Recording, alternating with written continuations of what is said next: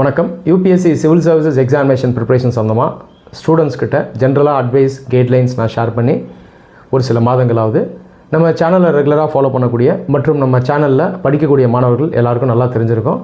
பல வருடங்களாக நான் ஸ்டூடெண்ட்ஸ்க்கு இந்த எக்ஸாமினேஷனை எப்படி அப்ரோச் பண்ணுறது, இந்த எக்ஸாமினேஷனுடைய நேச்சர் என்ன, இந்த எக்ஸாமினேஷனுக்கு எப்படி படிக்கிறது அப்படின்றதுக்கு கம்ப்ளீட்டாக நான் கைடன்ஸ் கொடுத்துருக்கேன்.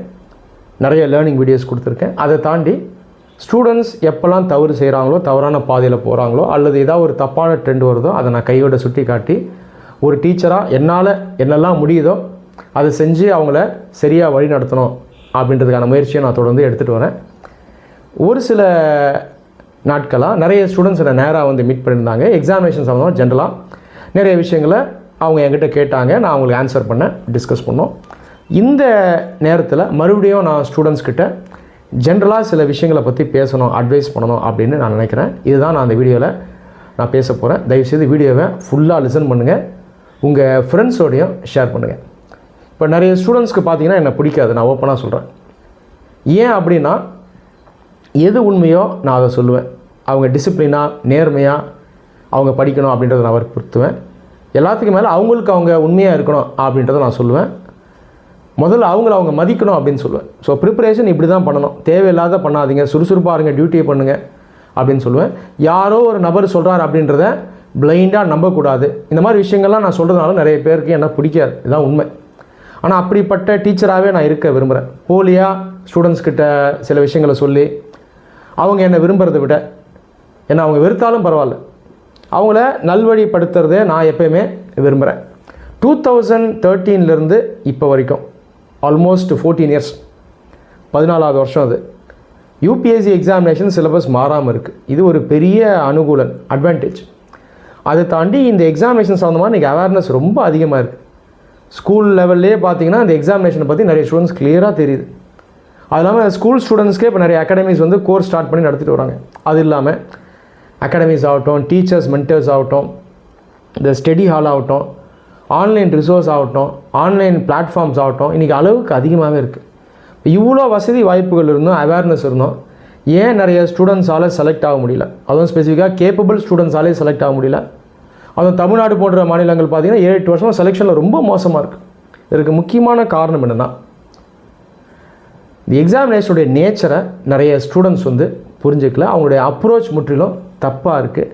அது இல்லாமல் அவங்களுடைய ஆட்டிடியூடும் தப்பாக இருக்குது. அதை தாண்டி இன்றைக்கி அளவுக்கு அதிகமாக இந்த வசதி வாய்ப்புகள் வந்துட்டதே இந்த டவுன்ஃபாலுக்கு ஒரு காரணமாகிடுச்சு. ஸோ இந்த டவுன்ஃபால் எதனால் ஏற்பட்டிருக்கு அப்படின்றத ஒவ்வொன்றா நான் டீட்டெயிலாக டிஸ்கஸ் பண்ண போகிறேன். ஐஏஎஸ் எக்ஸாமுக்கு எப்படி ப்ரிப்பேர் பண்ணணும், இதற்கான complete guidance, advice, teaching with tutorial நம்ம சேனலில் நான் கொடுத்துருக்கேன். மஸ்ட் வாட்ச் வீடியோஸ் அப்படின்ற டைட்டிலில் ஒரு வீடியோ இருக்கும், பாருங்கள். போன வருஷம் நான் அப்லோட் பண்ணுது. அந்த வீடியோனுடைய டிஸ்கிரிப்ஷனில் எக்ஸாமினேஷனுக்கான ஒரு முக்கியமான ஆக்டிவிட்டியும் எப்படி பண்ணணும் அதற்கான டீட்டெயில்டு கைடன்ஸ் இருக்குது. தயவுசெய்து இந்த வீடியோ லிசன் பண்ணுங்கள். நீங்களாகவே கஷ்டப்பட்டு 4-5 வருஷம் ட்ரையல் அண்ட் எரரில் மேலோட்டமாக பல பேர் சொல்கிறத கேட்டு ட்ரை பண்ணி கஷ்டப்பட்டு பாஸ் ஆகிறதோட முதல்ல இந்த வீடியோஸ் எல்லாத்தையும் லிசன் பண்ணிட்டீங்கன்னா சிஸ்டமேட்டிக்காக படித்து ஈஸியாக நீங்கள் ஒரே அட்டெம்ப்டில் எக்ஸாமினேஷனை கிளியர் பண்ணலாம். ஸோ பார்க்காதவங்க தயவு செய்து வீடியோவை போய் பாருங்கள். Must watch videos.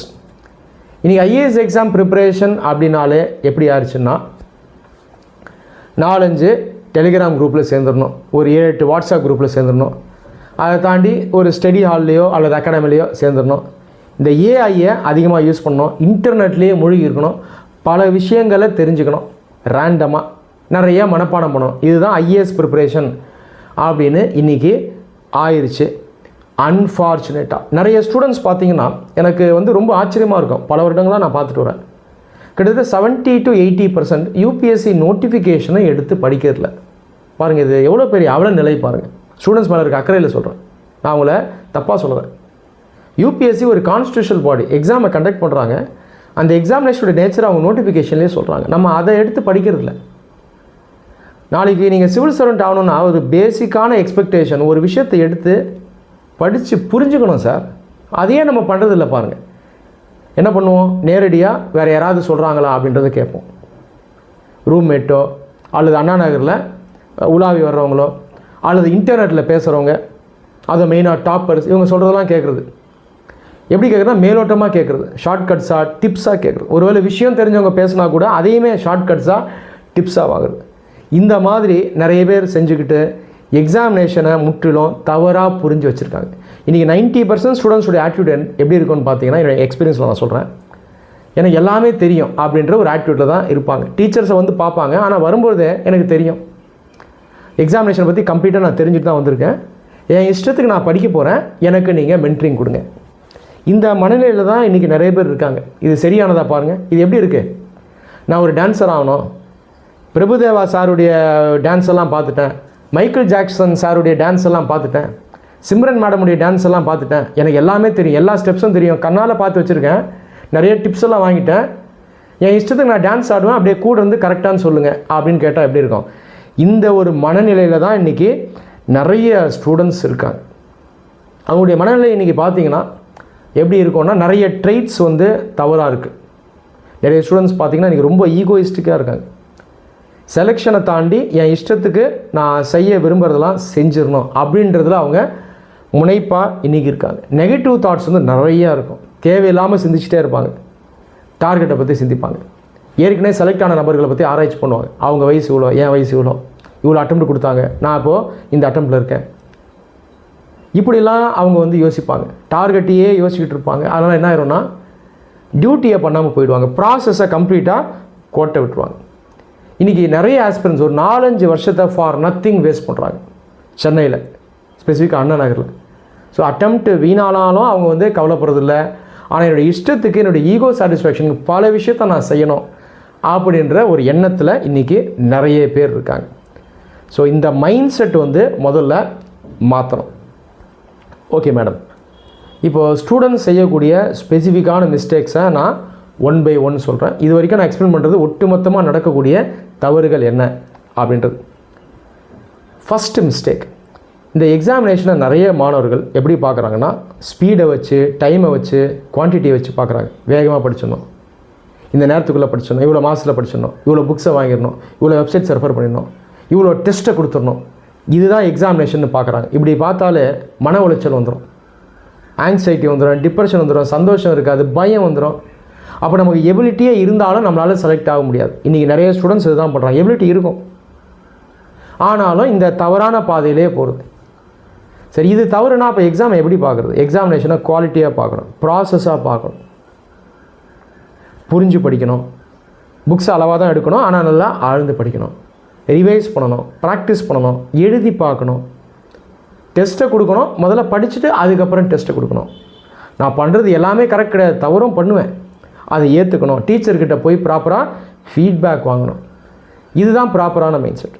Okay, so இது வந்து ஒரு பெரிய மிஸ்டேக். ரெண்டாவது மிஸ்டேக், யார் எது சொன்னாலும் கேட்குறது. இன்றைக்கி அப்படி தான் இருக்காங்க. இன்றைக்கி இந்தியாவில் ஐஏஎஸ் எக்ஸாம் பொறுத்த வரைக்கும் எல்லாருமே எக்ஸ்பர்ட்ஸ் தான், ஆனால் யாருக்கும் நாலேஜ் இருக்காது. சினிமா மாதிரி, கிரிக்கெட் மாதிரி, அரசியல் மாதிரி ஆயிடுச்சு. அப்போ நீங்கள் எல்லார்கிட்டையும் கேட்டுட்டு இருந்தீங்கன்னா புது புத்தி வச்சு ஏதாவது சொல்லிகிட்டே இருப்பாங்க. ஐஏஎஸ் எக்ஸாமுக்கே ஏன் படிக்கிறேன்னு பார்த்தீங்கன்னா நிறைய பேர் கேட்பாங்க. இந்த எக்ஸாம் படிக்கும் போதே டிஎன்பிசியும் படின்னு சொல்லுவாங்க. இந்த எக்ஸாம் இறங்கிட்டால் ஒரு வருஷம் இந்த எக்ஸாம்லேயே தான் இருக்கணும். மெயின்ஸ் எக்ஸாம் முடிச்சதுக்கப்புறம் டைம் கிடைக்கும், அந்த கேப்பில் தான் மற்ற எக்ஸாம் ட்ரை பண்ணணும். இந்த எக்ஸாமில் இருந்துக்கிட்டே மற்ற எக்ஸாம் போகலான்னு நிறைய பேர் சொல்லுவாங்க, அதையும் நிறைய பேர் செய்கிறாங்க. 4-5 வருஷத்தை ஓட்டுறாங்க. யூபிஎஸ்சியும் கிளிக் ஆகாது, அந்த இன்னொரு எக்ஸாமும் கிளிக் ஆகுது. இது அவங்க செய்யக்கூடிய இன்னொரு மிஸ்டேக். நீங்கள் யார்கிட்ட போய் அட்வைஸ் கேட்கணும்?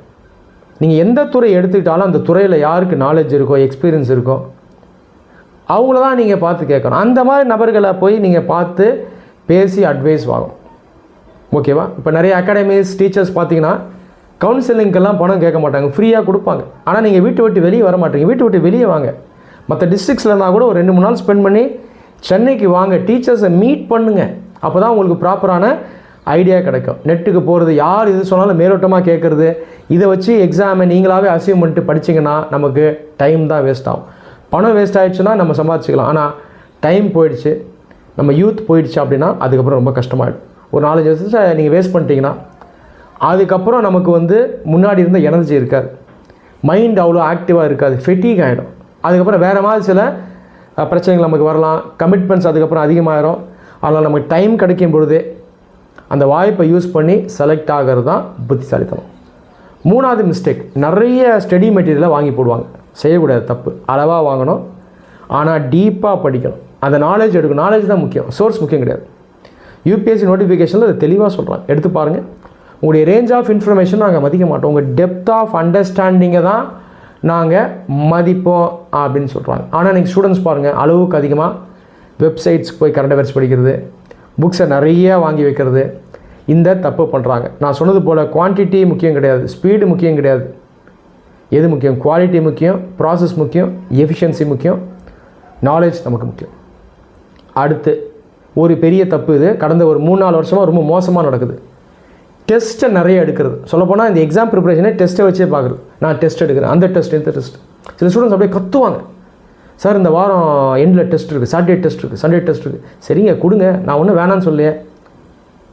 ஏன் அப்படின்னா அந்த சாட்டர்டே சண்டேயில் நாம் ஏதாவது ஒரு ஆக்டிவிட்டி கொடுத்துருப்போம், ப்ராப்பராக கொடுத்துருப்போம், சிஸ்டமேட்டிக்காக கொடுத்துருப்போம்.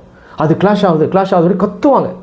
சரிங்க, நான் சொல்கிறது நீங்கள் பண்ணலனா கூட பரவாயில்ல, எக்ஸாமினேஷன் எப்படி ஒர்க் ஆகுதுன்றதை நீங்கள் தெரிஞ்சுங்க. அதுதானே என்னை மீட் பண்ண வந்தீங்க, நீங்கள் தெரிஞ்சுக்கிட்டு போங்கன்னு சொன்னால் கூட அதை கேட்குறதுக்கான மனநிலை இருக்காது. டெஸ்ட்டில் போய் சேர்ந்துடணும், 4-5 டெஸ்ட்டு சேர்ந்துடணும், அதை கொடுத்துக்கிட்டே இருக்கணும். இந்த ஒரு தவறாலே நிறைய பேர் இன்றைக்கி செலக்ட் ஆகிறதில்ல. டெஸ்ட்டுன்றது என்ன சார்? அப்டெயின் பண்ண நாலேஜை அப்ளை பண்ணுறது தானே டெஸ்ட்டு. இப்போ டெஸ்ட்டுங்கிறது ஒரு ஓட்டப்பந்தயம் மாதிரி. முதல்ல ஓட கற்றுக்கணும், அந்த நாலேஜ் ஸ்கில்ஸ் அப்டெயின் பண்ணணும், பாடியை ஸ்ட்ராங் ஆகணும். அதுக்கப்புறம் ப்ராக்டிஸ் ரன்னிங் ரேஸில் ஓட்டணும், அதுக்கப்புறம் காம்படிஷன் போனது தானே. எடுத்த உடனே ரேஸில் ஓடினீங்கன்னா எப்படி? கால் பிடிச்சிக்கும், கால் உடஞ்சி கூட போகும் இல்லையா, பயம் வந்துடும். ஆப்போனன்ஸை பார்ப்பீங்க, அவர் வேகமாக ஓடுவார் இல்லையா. இந்த தவிர இன்றைக்கி நிறைய பேர் தொடர்ந்து செஞ்சுக்கிட்டே இருக்காங்க. அடுத்து ப்ரிலிம்ஸ் எக்ஸாமினேஷனு, மெயின்ஸ் எக்ஸாமினேஷன் தனித்தனியாக பார்க்குறது. இதை பற்றி நான் பலமுறை பேசிட்டேன். நம்ம சேனலில் இதுக்கே நான் வீடியோ கொடுத்துருக்கேன், பாருங்கள்.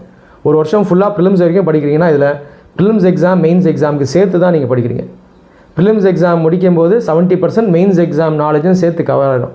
அதை தாண்டி விட்டு போன ஏரியாஸை மட்டும் நீங்கள் அதுக்கப்புறம் படித்தா போதும். ஆனால் இன்றைக்கி பார்த்தீங்கன்னா ஸ்டூடெண்ட்ஸ் என்ன சொல்கிறாங்க, ஒரு வருஷம் படித்தேன் சார், ப்ரிலிம்ஸ் வரைக்கும் தான் படித்தேன், மெயின்ஸ்க்கு படிக்கலன்னு சொல்கிறது. அடுத்த அட்டெம்ப்ட் மெயின்ஸ்க்கு மட்டும் மெயினாக படிக்கிறது. ஓகேங்களா? ஒரு அட்டெம்ப்ட்டும் அரைகுறையாக போகும், செகண்ட் அட்டெம்ப்ட்டும் போயிடும். 3வது அட்டெம்ப்ட்டில் பார்த்தீங்கன்னா விட்டு போனதை அங்கே கொஞ்சம் இங்கே கொஞ்சம் படிப்பாங்க. அப்போ 4வது அட்டெம்ப்ட்லேயும் 5வது அட்டெம்ப்ட்லேயும் தான் இன்றைக்கி ப்ரிலிம்ஸ் எக்ஸாமினேஷனையே கிளியர் பண்ணுறாங்க. 5வது மிஸ்டேக், இந்த ஸ்டூடெண்ட்ஸ் பார்த்தீங்கன்னா வீட்டை விட்டு வெளியே வரதில்லை நிறைய பேர், எல்லாமே ஆன்லைன்னு கேட்குறாங்க. ஆன்லைன் அப்படிங்கிறது ஒரு வசதி. ரொம்ப தூரத்தில் இருக்கீங்க, வர முடியலாம், ஆன்லைன் யூஸ் பண்ணலாம். சென்னையிலே இருந்துக்கிட்டு, அண்ணா நகருக்குள்ளே இருந்துக்கிட்டு நேராக வாங்க, ஃபீட்பேக் வாங்க, டவுட் கிளாரிஃபை பண்ணுவாங்க. அல்லது எக்ஸாமினேஷன் ப்ரிப்பரேஷன் இப்போ தான் ஸ்டார்ட் பண்ணுறீங்கன்னா முதல்ல பேசிக்ஸ் தெரிஞ்சுங்க. வாங்கினாலே நிறைய பேர் வரதில்லை இன்றைக்கி. ஆன்லைனில் தாங்க அப்படின்னு சொல்லி இந்த ஆன்லைன் உலகத்திலே இருக்காங்க. இது பெரிய தவறு. நீங்கள் குறைஞ்சபட்சம் சொசைட்டியில் நீங்கள் இன்ட்ராக்ட் பண்ணணும். அந்த சோஷியல் இன்டர்கோர்ஸ்ன்றது ரொம்ப முக்கியம். உங்கள் பெர்சாலிட்டியை நீங்கள் இதன் மூலமாக தான் பில்ட் பண்ண முடியும். நாளைக்கு இன்டர்வியூ போகும்போது இதெல்லாம் எதிர்பார்ப்பாங்க. அதனால் வீட்டுக்குள்ளேயே இருக்காதீங்க, வெளியே வாங்க. ஆன்லைன்றது தேவையான விஷயங்கள் மட்டும்தான் ஆன்லைன். மற்றபடி நேராக வர முடியுது அப்படின்னா நீங்கள் நேராக வந்துடணும், கிளாஸ் அட்டன் பண்ணணும், டீச்சர்ஸை பார்க்கணும். அடுத்த தவறு, அகாடமியில் சேர்றது, லட்சக்கணக்காக காசு கொடுத்து சேர்ந்துடுறது, அந்த அகாடமிஸை யூஸ் பண்ணுறதே கிடையாது. நிறைய பேர் இதை பண்ணுறாங்க. கிளாஸ் மட்டும் அட்டன் பண்ணுறது, அதுக்கப்புறம் என்ன சொல்லுவாங்கன்னா எனக்கு படிக்க டைமே இல்லைன்னு சொல்லுவாங்க. நாங்கள் தான் கிளாஸ் எடுத்துமே, அகாடமியில் ஃபீஸ் கட்டுறதுக்கு நான் உங்களுக்கு சொல்லி தருவோம், கிளாஸ் எடுக்கிறோம், அதில் உங்களுக்கு நாலேஜ் கிடைக்கிறதுல அதானே வேலை, இதானே உண்மை. ஆனால் இதையே புரிஞ்சுக்கிறது இல்லை.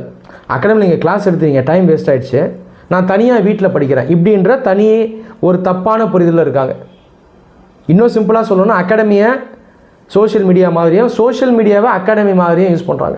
ஒரு வருஷம் ஃபுல்லாக சேர்ந்து டைம் வேஸ்ட் பண்ணி அங்கே கொடுக்கக்கூடிய நாலேஜ் அப்டைன் பண்ணாமல் அதை விட்டுட்டு அதை உதாசீனப்படுத்திட்டு அப்புறம் தனியாக நானாக கிளம்புறேன், நானாக டீப்பாக படிச்சுக்கிறேன்னு சொல்லி புக் எடுப்பாங்க. எதுவுமே புரியாது.